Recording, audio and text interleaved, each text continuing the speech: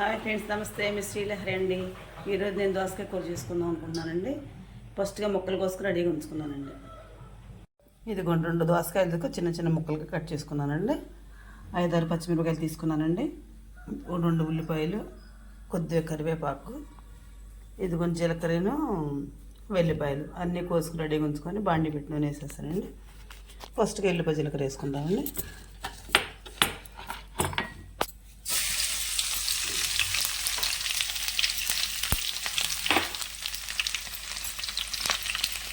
తర్వాత వచ్చేసి పచ్చిమిరపకాయలు వేద్దాము.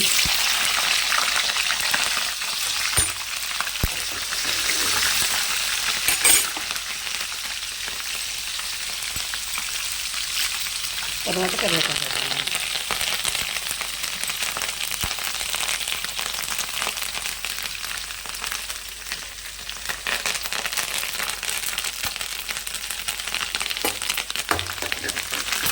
చక్కగా కరివేపాకు మరింత వేసానండి. కంటికి మంచిగా వేసానండి. ఇప్పుడు వచ్చేసి ఉల్లిపాయలు వేసేద్దామండి.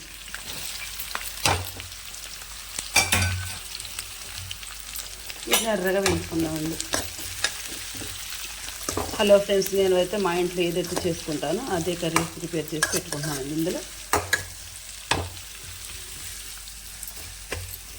నేను ఈ విధంగా వండుకుంటాను కూరలు. ఇంట్లో ఆయిల్ తక్కువగా వేసుకున్నానండి.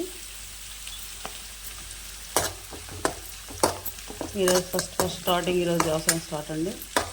ఈరోజు మొక్కజొన్న పెడుతున్నారండి తోటలో. వెంటనే క్యారేజీ కట్టాలని చెప్పి అందరూ అది చీకటితో లేచాను. ఎర్లీగా వేసుకుంటున్నాను. కొంచెం క్యారెట్ నానబోసుకుని కొంచెం గిద్దరు నానబోసుకుని 4 గారెలు వేసిన తర్వాత నానబెట్టానండి.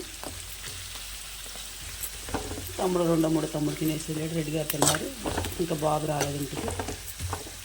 ఇదిగోండి కూర చేసేసుకుంటాం. మరి కూర రెడీగా ఉంచుకున్నాను. కూరలో వస్తే వెంటనే క్యారేజ్ పంపించేసేయచ్చండి.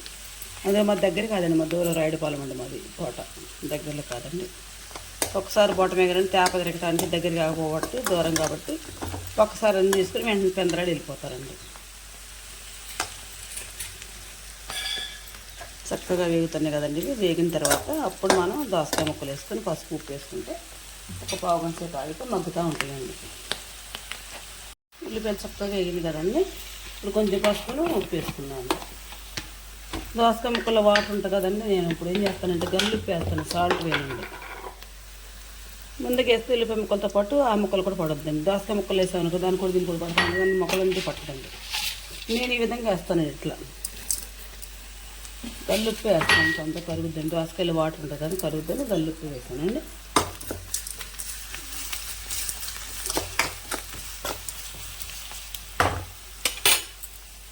దోసకాయ ముక్కలు కూడా వేస్తున్నాను.